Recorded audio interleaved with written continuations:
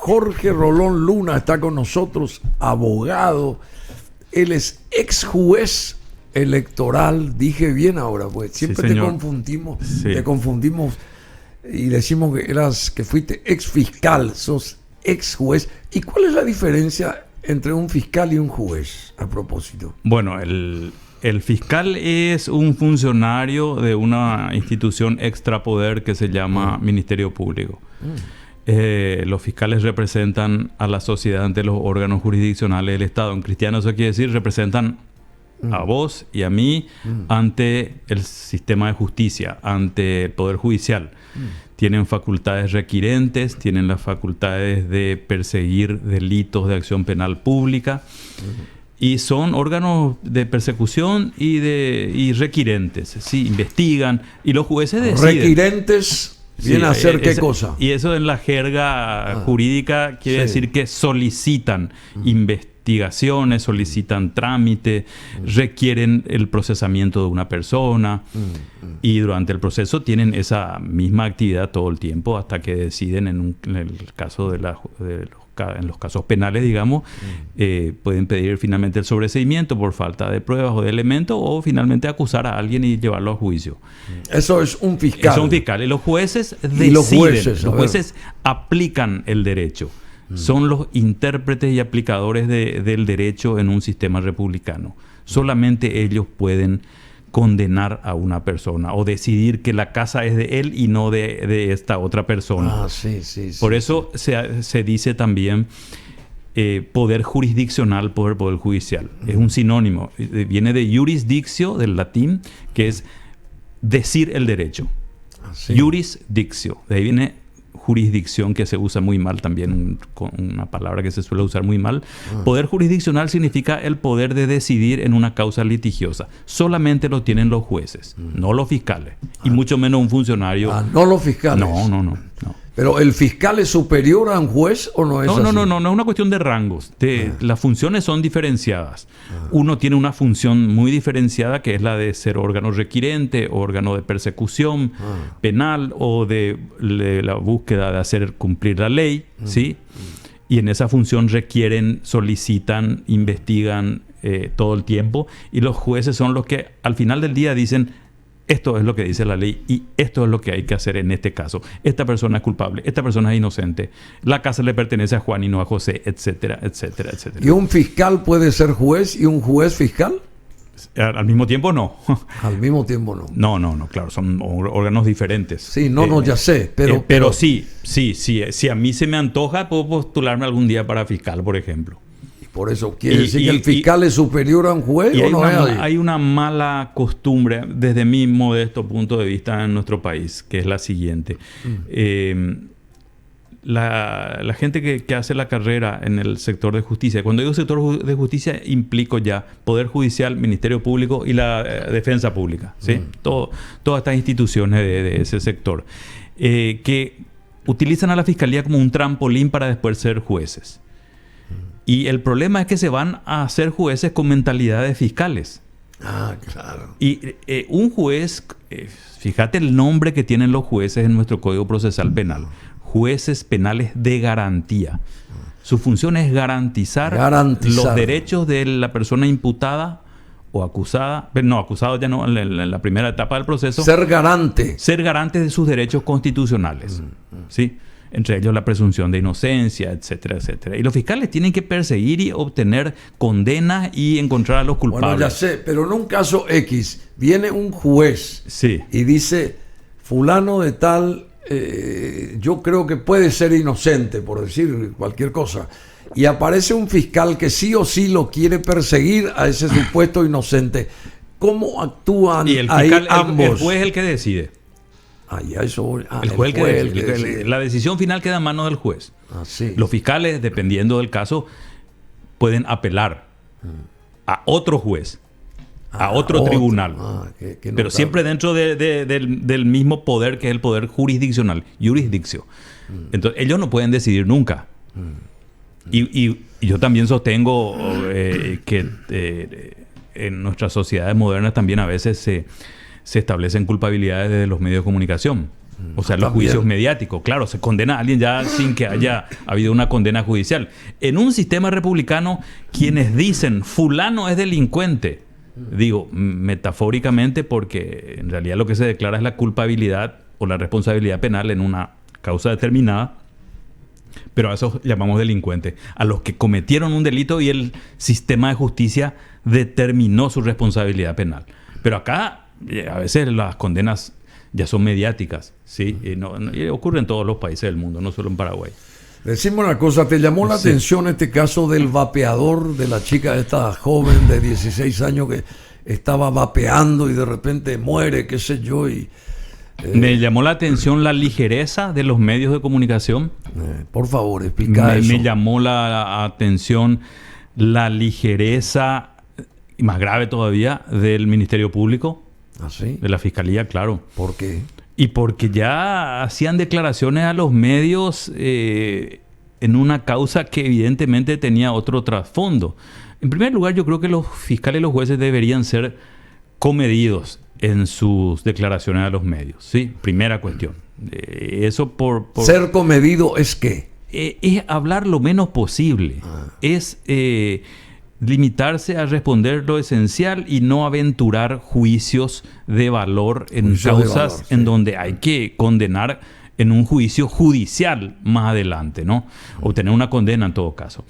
Y bueno, se armó todo es hasta cómico, si no fuera porque detrás de esto hay una tragedia de una niña de 16 años cuyo nombre los medios ventilaron siendo menor de edad. Pasándose por el costado la prohibición que existe al respecto. Siendo menor de edad. Claro.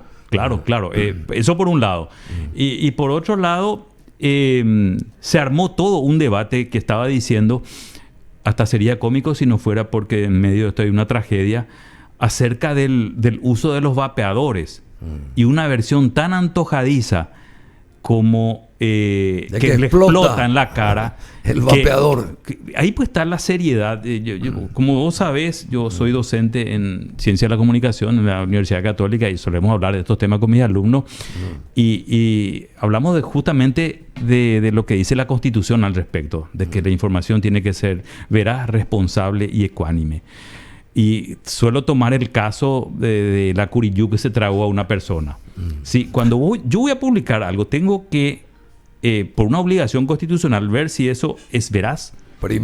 Primero, ¿es factible que un ratón devore a una serpiente? No. ¿Que una pitón o una yarará o incluso la boa constrictora más grande entre las serpientes devora a un ser humano?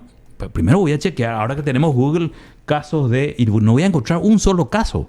Entonces eso no es veraz, ¿sí? Después es antojadizo. Es que veracidad quiere decir la posibilidad de que sea cierto, ¿sí? Sí. La probabilidad, mejor dicho, de que sea cierto. Entonces yo busco, si soy un periodista responsable y no un vago, digo, ¿le explotó a alguien alguna vez un vapeador en la cara y murió a consecuencia de eso? Hoy con Google, en un minuto yo puedo saber si hubo o no casos.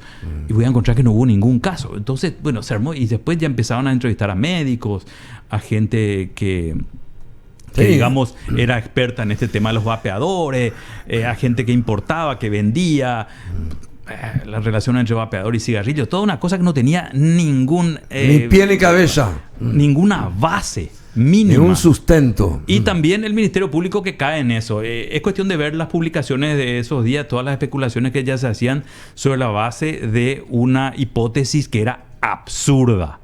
Absurda desde el minuto cero. No me pongo a juzgar la labor de los médicos, si es que debieron haber sabido o no esa parte. Yo no soy un experto en eso, así que cuando no tengo un mínimo manejo de algo, prefiero callarme, ¿sí? Los médicos sabrán si es factible reconocer o no un cuerpo que tuvo un disparo. Fue un disparo, ¿no? ¿Cómo decían que le explota y si hubo una bala de por medio? No entiendo nada. Yo tampoco. Y bueno, ahí está pues la veracidad, ¿sí? Desde el punto de vista de los medios y también es una obligación de los fiscales. Yo no puedo aventurar una hipótesis y casarme con esa hipótesis y hablar con los medios. Sino en caso de ser dudoso, yo si fuera fiscal preferiría no hablar con los medios. No tengo nada que decir. Claro. Claro, eso es lo que se espera de funcionarios responsables, pero son en su mayoría improvisados también estos fiscales. ¿Sí? Bueno, al parecer hubo una relación, una supuesta relación amorosa entre la chica que murió y el hermanastro que le pegó un tiro. Y no sé si el tiro fue para callarla, por ahí puede ser, qué sé yo, por eso de la relación amorosa que hubo entre medio de ambos. Eso también, yo no doy fe ni mucho menos, ni soy quien para hablar de eso, pero en fin. Bueno, estamos con Jorge Rolón Luna, un capo, un profesor universitario. ¿Cómo está el nivel universitario hoy, ya que vos enseñás? Porque ayer vino una, digamos, presidenta de una universidad a decirnos algo que me cayó, me caí de espaldas dentro del esquema de la historia. Esta universidad enseña historia, entre otras carreras, y dijo esta señora que entre 1.000 alumnos, solamente 10 pueden entender acerca o comprender la cuestión histórica que la institución estaba presentándoles, digamos, consultándoles o enseñándoles. De 1.000, solamente 10 personas hilaban como para responder y respondían de buena forma, digamos, correctamente, sobre el cuestionamiento de la historia en ese momento, ¿verdad? Y vos como profesor universitario, el nivel de los alumnos digamos, en el rubro universitario, ¿cómo es el nivel hoy en Paraguay? Mi experiencia, no me gusta elaborar leyes generales sobre la base de mi experiencia únicamente. Pero uno está en el ámbito, yo doy clases en variados, digamos, ambientes académicos, una universidad privada, una universidad cuasi estatal o de características hasta ambiguas en ese aspecto, porque integra, por ejemplo, los consejos de varias instituciones públicas, como la Universidad Católica. Hay un representante en el Consejo de la Magistratura, en ANEAES, es el caso de la Universidad Católica. Y también soy docente de posgrado en la Escuela Judicial, donde mis alumnos son abogados, algunas veces fiscales, otras veces jueces inclusive, que quieren ascender o que quieren seguir en el sistema y, bueno, hacen estudios de actualización. Y lo que uno ve en esos ámbitos, pero también hablando con otros docentes, porque uno interactúa con sus colegas, es que la sensación que te queda después de dar clases, de tomar exámenes, de interactuar con los estudiantes de hoy día, es que, bueno, el nivel es muy bajo. Muy bajo. Sí, muy bajo, y en cosas que son muy importantes para profesionales de ese rango. ¿Cuáles son esas cosas? La capacidad de comprensión, la capacidad de abstracción, de comprender conceptos abstractos, de elaborar ideas, de entender lo que se lee, de entender preguntas que se le hacen. Y uno lo que ve también es que muchos de estos chicos ya vienen con deficiencias del proceso educativo previo. Sí, es lo que yo decía. Y primaria y secundaria. La universidad no puede resolver problemas mágicamente. Mágicamente, exacto, Bruno. Entonces, ¿qué es lo que queda a veces? ¿Qué se enseñó antes? Uno como docente tiene una especie de dilema, ¿sí? ¿Qué hago? ¿Me concentro en enseñarles a escribir? ¿O bajar la vara? No, la vara se baja automáticamente, hay que confesarlo. Uno no puede tener varas altas o ir exigiendo más con el tiempo. Con el tiempo va bajando la vara, porque si no, quedan todos en el camino. Yo he conversado justamente en estos días con unos colegas y contaban sus distintas experiencias en universidades privadas. Y me pasó a mí también en una universidad cuyo nombre no diré, donde directamente le piden a los profesores no aplazar a los alumnos. A mí me llegaron a decir en una universidad donde enseñé 2 años y después dije, acá, esto no, porque donde doy clases no permito que ese tipo de cosas me puede digan. intervenir ahí la dirección. Me porque decía, en primer curso nosotros no queremos aplazarle para no desalentarles. Sí. Bueno, ahí detrás de eso hay un negocio, porque el que queda en el camino o tiene problemas para ir pasando las asignaturas termina dejando. O sea, ¿Cómo tomás? Si alguien te dice eso, ¿cómo lo tomás? Yo en mi caso renuncié a esa universidad, dejé de dar clases ahí. No, como te dije, no permito que ese tipo de cosas... Claro. Ese es un piso mínimo. Sí, después hay otras cosas que uno... Ya el ambiente, por eso confieso, él obliga a ir bajando la vara. Son muy pocos los estudiantes que uno detecta que son gente leída, que vienen bien formados, que manejan conceptos. O sea, conceptos básicos no se manejan. Poca gente. Poca gente, muy poca gente. Y me ocurre en todos los ámbitos en los que doy clase. Cada año es como que les cuesta más desenvolverse en el mundo de lo abstracto, porque el mundo de lo abstracto, de las ciencias sociales como el derecho o la ciencia de la comunicación, donde estoy también, implica la capacidad de poder definir, de poder comprender cosas que uno no puede tocar, como por ejemplo principios jurídicos. Eso no se toca, no es un vaso, no es un micrófono. Eso requiere abstraer, y requiere a la vez de abstraer tener la idea más o menos exacta de lo que implica eso, lo que significa eso. Bueno, entonces yo me he tropezado con gente que ya terminó la facultad y que ya es profesional, que no distingue estado de gobierno, por ejemplo. ¿Sí? ¿Cuál es la diferencia ahí? O no diferencia. Estamos hablando de profesionales del derecho. ¿Cuál es el Estado y cuál es el gobierno? O sea, ¿qué es el Estado y qué es el gobierno? El Estado es una forma de organización social. ¿Sí? Es la organización de la sociedad políticamente hablando. Es la organización política. Es como se organiza el poder, la distribución, la aplicación, los límites del poder en una sociedad. De todas las organizaciones sociales que existen en una sociedad, que empiezan con la familia como la forma básica, y el Estado, ¿no? El otro extremo, sí, este Estado es, como organización social, es la más compleja, amplia, importante y más poderosa, obviamente. Y el gobierno es el conjunto de órganos y de funcionarios que se encargan de ejercer el poder del Estado en un momento determinado. Entonces, en este momento determinado, el gobierno es el gobierno de Mario Abdo Benítez por la ANR. Un gobierno finito. Sí, en un sistema republicano... Claro, que tiene un inicio y tiene un final. Claro. El Estado es permanente, los gobiernos cambian. Y eso obviamente, para que no me estén después por ahí criticando, es el concepto de gobierno en una acepción restringida. ¿Qué quiere decir eso? Acotamos el concepto de gobierno al Poder Ejecutivo. Hay una definición amplia también de gobierno que engloba a todos los poderes del Estado. ¿Sí? Aquellos de existencia permanente, no electivos, como el Poder Judicial inclusive, porque finalmente gobiernan, ejercen el poder en la sociedad, ¿no? Pero un concepto restringido se refiere al Ejecutivo, al que cambia cada 4 o 5 años, o como México, cada 6 años. Y el Estado es el conjunto de instituciones, ¿sí? Y que son permanentes. Qué interesante. Bueno, siempre es importante dialogar acá y escuchar a Jorge Rolón Luna. Acá Camilo Filártiga me dice desde Twitter que en la presentación te faltó agregar eximio tenista.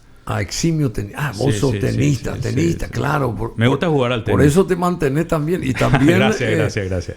Sos una persona... El deporte es salud.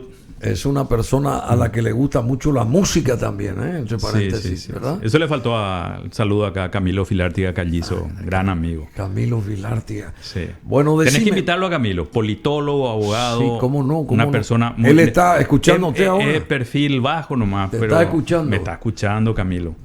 Sí, fue director de Ciencias Sociales en la Universidad Católica. Vamos a invitarlo. Va a doctorarse en la UBA. Un abrazo grande, un abrazo, Camilo. Ciencias políticas, le estoy haciendo propaganda porque es una gran persona también. Eso es muy importante en este país, donde no abunda eso. El hermano de Federico, que está en los medios. Claro, el hermano de Federico, lógico. Sí. Y a Federico sí, que también tuve la suerte de conocerlo estando en Aspen. Y después él marcó también pauta porque empezó con un programa que invitando a la gente ahí, creo que en el mercado, por ahí. Sí, al asadito, creo que lo mito, las conversaciones con el... Espectacular esa onda. Federico fue mi alumno en Ciencia de la Comunicación, justamente. Muy chico rápido, muy inteligente. Muy inteligente. Sí. Bueno, lo invitamos a Jorge Rolón Luna para que nos hable y nos aclare, no sé si puede aclarar o no, o por lo menos yo quiero entender esta historia del famoso avión del carguero, que ahí lo vemos en pantalla, que habría traído a 3 expertos en ciberinteligencia, según denuncia de 2 diputados argentinos. Tuvo mucha connotación este tema allá en la Argentina, sobre todo, creo que mucho más que acá, y hasta ahora no me cierra esto, no entiendo por qué se habla tanto de este carguero, qué vino a hacer este carguero y por qué es noticia.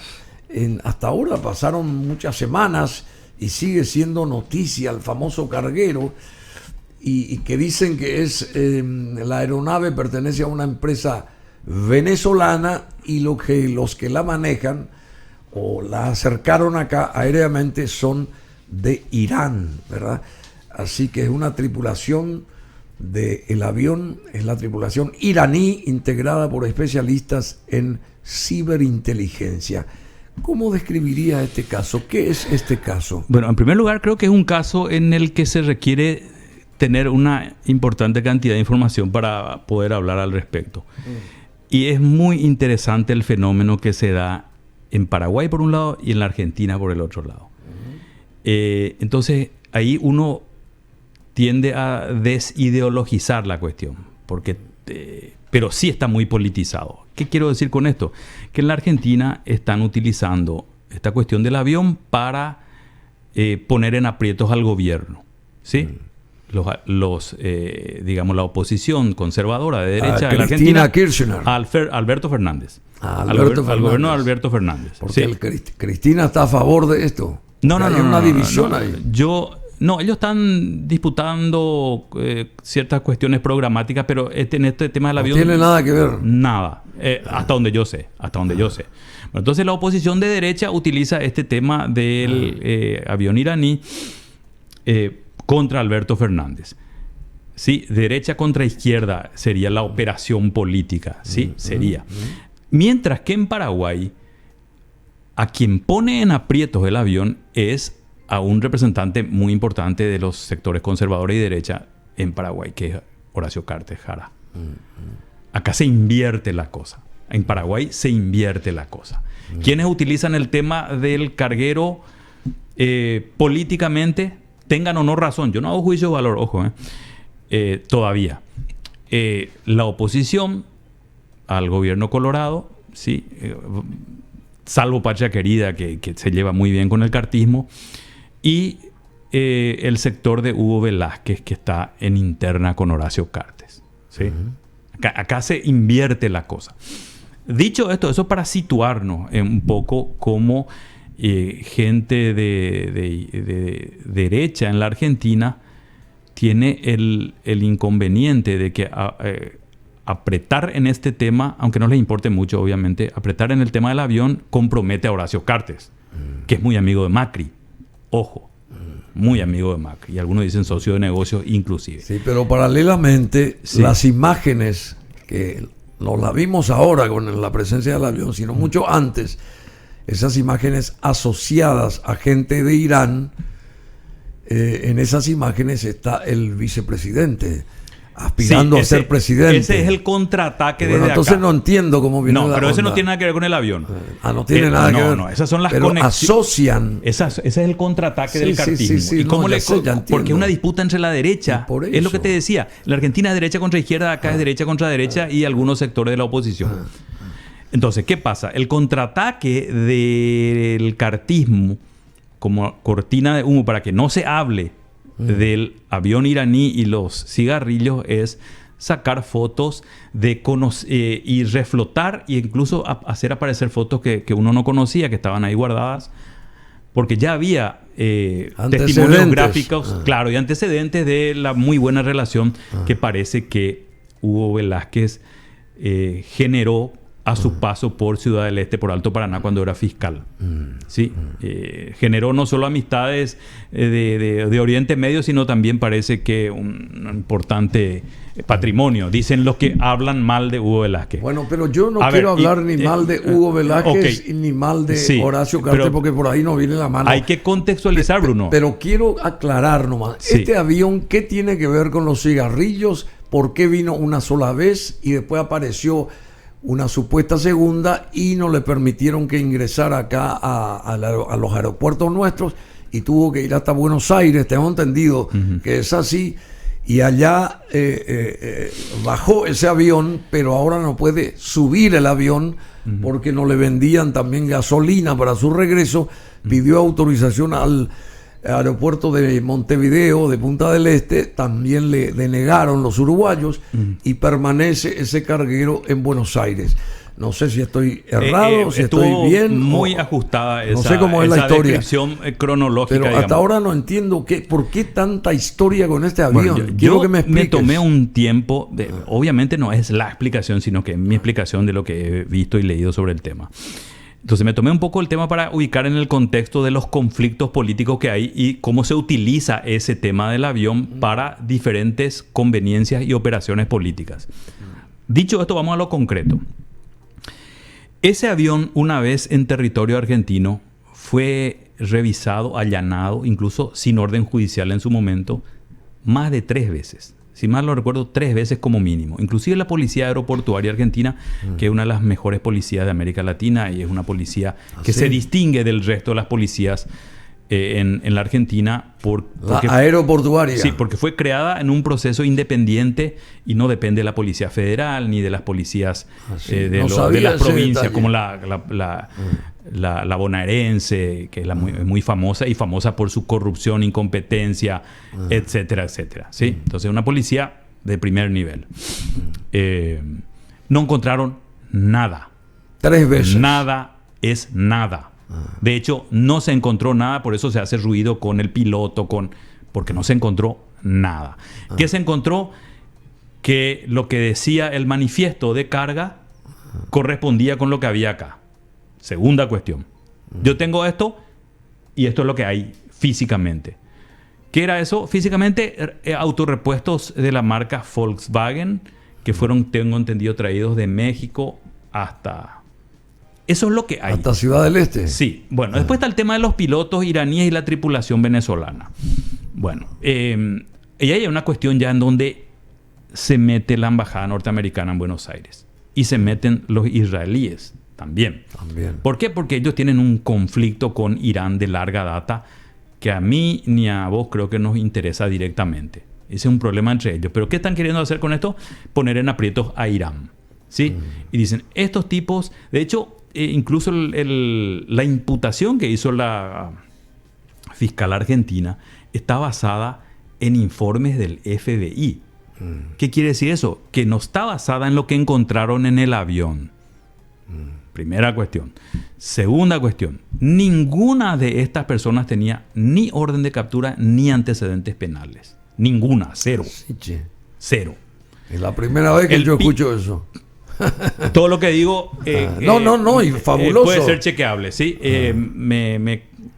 Me precio de ahí te creo a vos. No, pero es cuestión de chequear. Me precio de tirar información que puede ser verificado. Si no, prefiero callarme.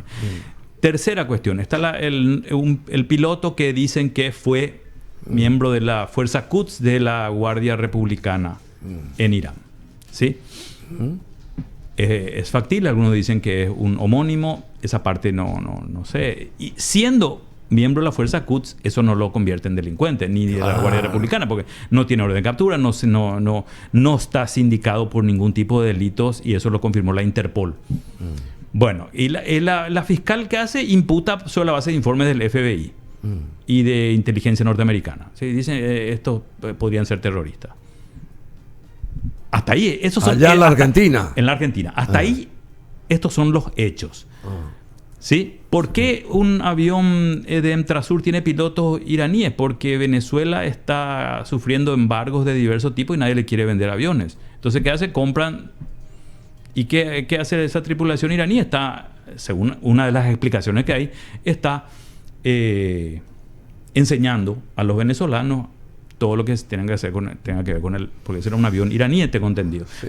Todo lo que tiene que ver con el manejo de ese avión, del pilotaje, tengo entendido, hasta el manejo de un avión, de un cargo plane, como le llaman, un avión de carga. ¿Sí? Bueno, pero a mí también escuché, o leí, qué sé yo, no sé qué grado de veracidad hay, de que la compañía esta que hace ese tipo de negocios X, de traer y llevar mercadería o lo que sea, era una compañía que tenía es una compañía que tenía un solo avión cargo, uno solo, que ahora varado allá en Buenos Aires prácticamente no tiene poder de acción para emprender factible, otros negocios paralelos o similares, ¿verdad?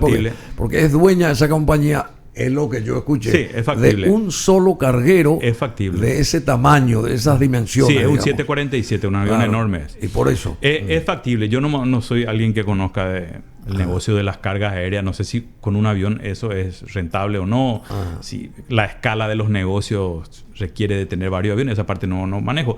Pero lo que yo te conté son hechos. Ahí no hay una sola opinión, ¿sí? Mía. Simplemente hechos. Y eso es lo que está pasando. Entonces, todo eso... ¿Pero qué tiene que ver acá Horacio Cartes? Y Horacio Cartes, a través de esa compañía, en ese mismo avión, tengo entendido, sí, en ese mismo avión, llevó una carga de cigarrillos de Tabesa, o envió, mejor dicho, a Curazao. ¿Sí? A Aruba. Aruba. Ahí, sí. Bueno, entonces... eso es lo que conecta a Horacio Cartes con la empresa esa sospechada de hoy día terrorismo. ¿Cómo? ¿Y qué tiene que ver eso? No entiendo. Pero Bruno, justamente desde el minuto cero te dije eso, que a mí, yo cartista no soy. ¿Qué pasa si yo cartista no soy, pero te digo, desde el minuto cero esto se está utilizando para operaciones políticas. No te estoy diciendo que sea o no. ¿Qué pasa si tengo una compañía X, contrata un carguero para llevar flores a Curazao, por decirte algo?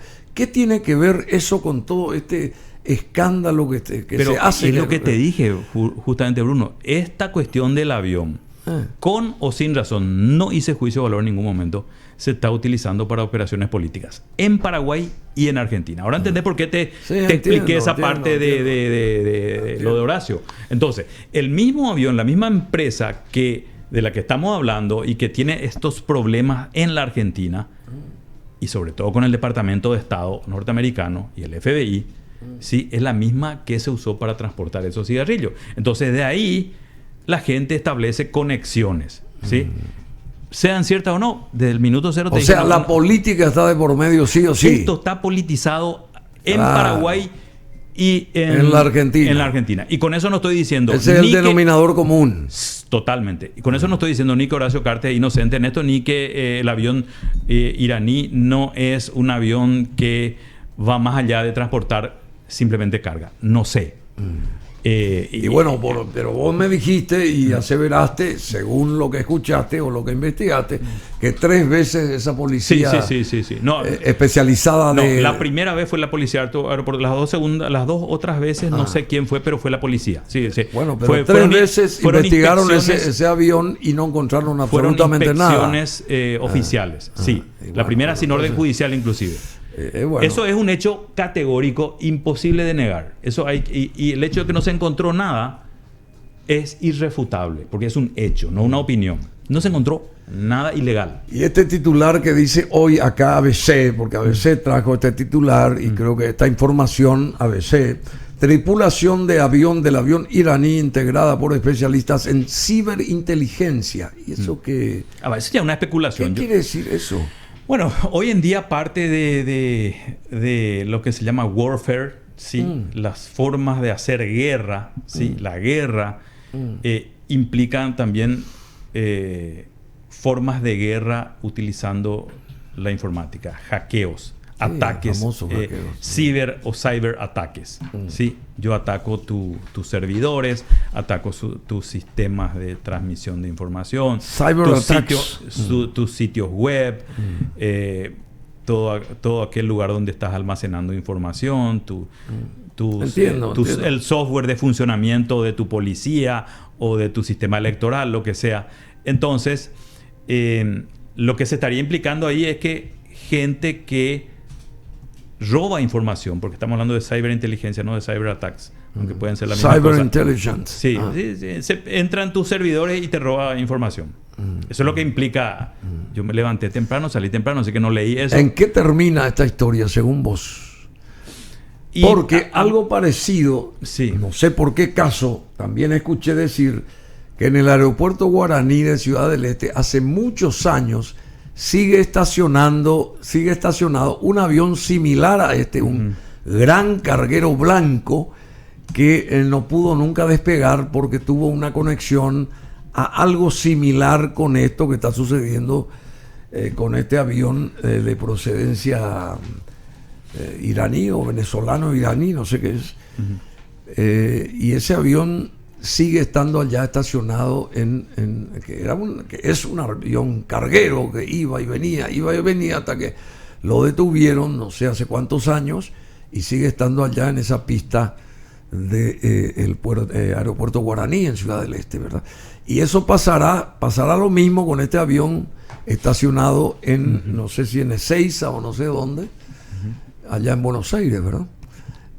Por eso te pregunto, ¿cómo termina este novelón, digamos? Es difícil de decir. Hay una causa judicial ya abierta en donde básicamente por reportes de inteligencia se está imputando a estas personas.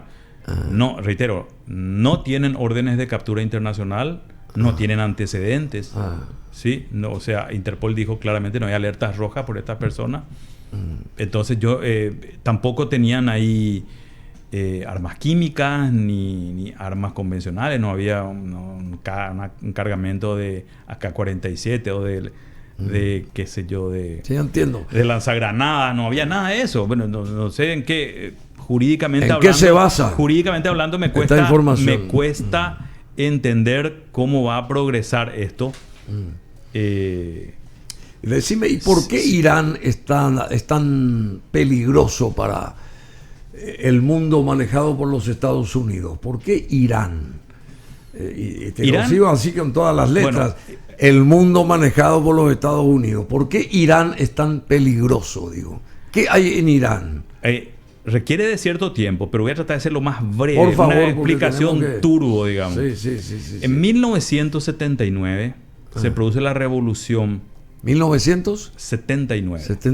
Se produce la revolución islámica en Irán, que depone al Shah de Irán, a la familia real iraní, que a su vez fue sostenida luego de un golpe de Estado en el año 54, si mal no recuerdo, por los servicios de inteligencia británicos y norteamericanos, pero sostenida luego por Estados Unidos a lo largo de todo ese tiempo. Un régimen hipercorrupto, hiperrepresivo, que básicamente era un títere de Estados Unidos, ¿sí? El Shah. El Shah. La contrarreacción a eso, ¿sí? ¿Cómo se llama? El blowback, como dicen los norteamericanos, de eso, el rebote de eso, fue una revolución muy radicalizada con raíces y con un fuerte contenido religioso. Ese régimen... Khomeini en el 79. Ese régimen es tan anti-norteamericano que en su momento toman la embajada de Irán. ¿Sí? Hay una película muy interesante que se puede ver en Netflix que cuenta la historia.